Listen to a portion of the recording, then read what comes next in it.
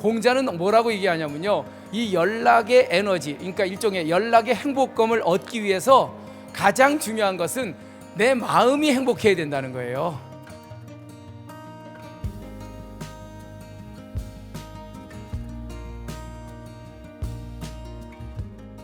행복이란 단어는 우리가 지금 굉장히 많이 쓰고 있습니다. 그래서 익숙하게 쓰고 있는 단어인데 2500년 전, 아마 오래전 오늘 올라가서 공자님 만나서 행복이 뭡니까? 라고 물어보면 공자님은 뭐라 그럴까요? 전혀 이해하지 못하실 거예요. 왜요? 행복이란 단어가 그때는 없었어요. 논어책 11,500글자, 문장으로 따지면 한 482개 정도 문장이 있어요. 거기에 행복이란 단어는 없습니다.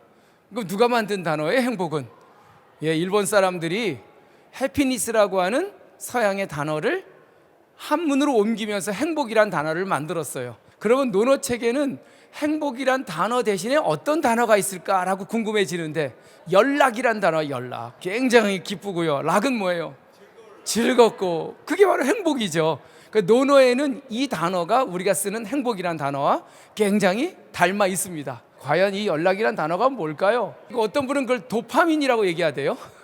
그 뇌에서 나오는 일종의 행복한 에너지의 그 호르몬, 뭐 이런 것도 연락이고, 여행에 가서 뭐 새로운 곳을 봤을 때도 연락이지만, 공자는 뭐라고 얘기하냐면요, 이 연락의 에너지, 그러니까 일종의 연락의 행복감을 얻기 위해서 가장 중요한 것은 내 마음이 행복해야 된다는 거예요. 그러니까 무슨 남들이 볼 때 너는 행복해가 아니라 진짜 내 마음이 나를 보기에 좋았더라, 이랬을 때 느끼는 기쁨이 연락이라는 거예요. 그걸 두 글자로 얘기합니다. 쫓을 종자에 마음 심자. 정말 내 마음이 행복한 것을 쫓아 살 때 내 안에 있는 뇌 속에서 이 연락이라고 하는 도파민이, 호르몬이 막 나온다는 거예요. 그래서 공자가 그런 얘기를 해요. 자기 인생을 쭉 돌이켜보면 제일 행복은 내가 좋아하는 거 했을 때 행복이 온다는 거예요. 그래요. 돈 버는 것도 행복이에요. 내가 아는 분은 정말 돈 벌 때 행복감을 느꼈대요. 근데 그게 어느 정도까지 행복감이 나오는데 그 다음에 돈 벌고 나서 그게 지속적으로 계속 나오지 않는데요. 인지사회 심리학자가 하는 얘기가 있어요. 그 행복이 습관화되면 익숙해지고, 익숙해지면 행복의 기쁨이 더 이상 안 느껴진대요. 새 차를 샀을 때 엄청난 연락의 그 도파민 행복감이 나오죠. 근데 그게 계속 가던가요? 습관화되고 타고 다니다 보면 또 이게 쭉 떨어져요. 그러니까 이런 물질적인 뭐 이런 것들은, 이건 제 얘기가 아니라 그 카스 선스탄이라는 사람이 쓴 룩 어게인이라는 책에 나오더라고요. 이 습관화에 익숙함이 있다는 거예요. 그래서 연락의 에너지는, 그 행복감은 물질적인 획득을 통해서는 지속되지 않는다는 게 요즘 그 뇌과학 하시는 분들의 굉장히 중요한 철학이더라고요. 그래서 공자도 그 얘기를 해요.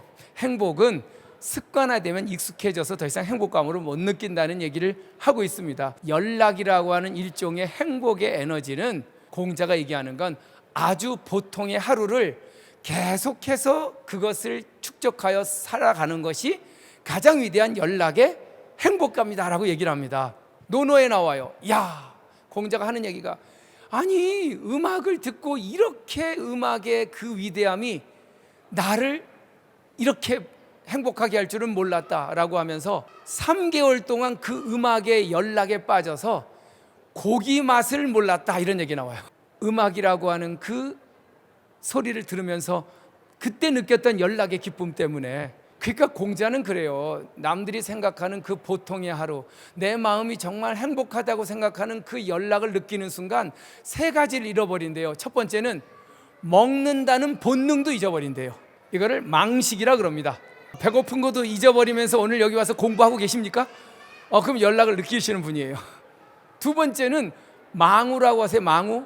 나에게 닥친 근심들을 잊어버릴 정도로 그 연락의 순간을 맞이하는 때가 있대요. 지금 나한테 닥친 요즘 돈도 별로 안 벌고, 또 아니면 몸도 안 좋고 한데 그것도 잊어버릴 정도로 연락이라는 에너지가 있다는 거예요. 부진오지. 못 드실까요?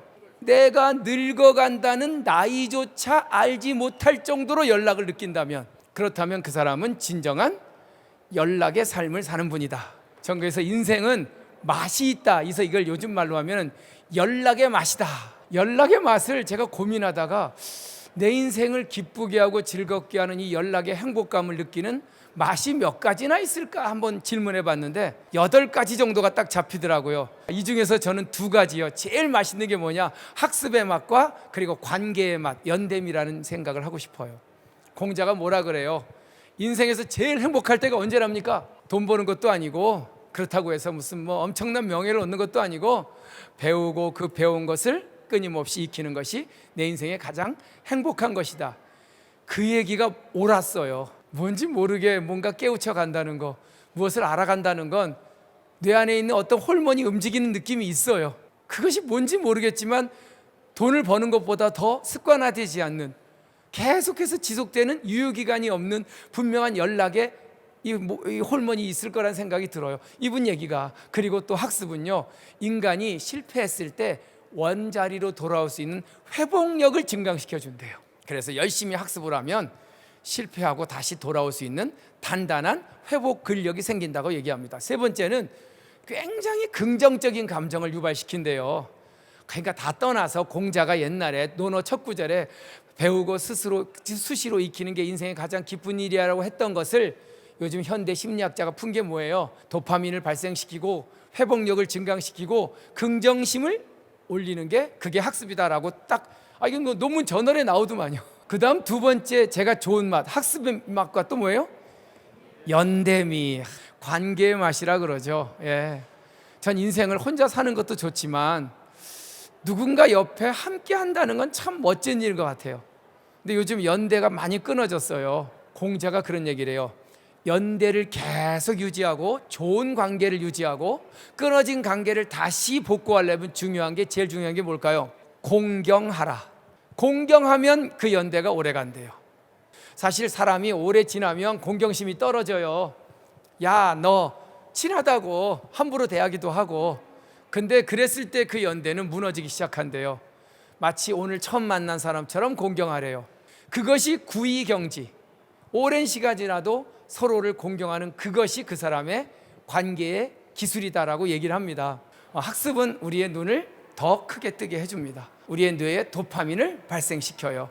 우리의 긍정적인 마음을 더욱더 증강시킵니다. 거기에 함께하는 학습이라면 얼마나 좋겠어요. 혼자가 아닌 내 옆에 누군가 같은 꿈을 꾸고 같은 소리를 갖고 있는 그런 연대를 만난다면 훨씬 더 높은 수준의 연락을 느낄 것이다. 강의 마치겠습니다.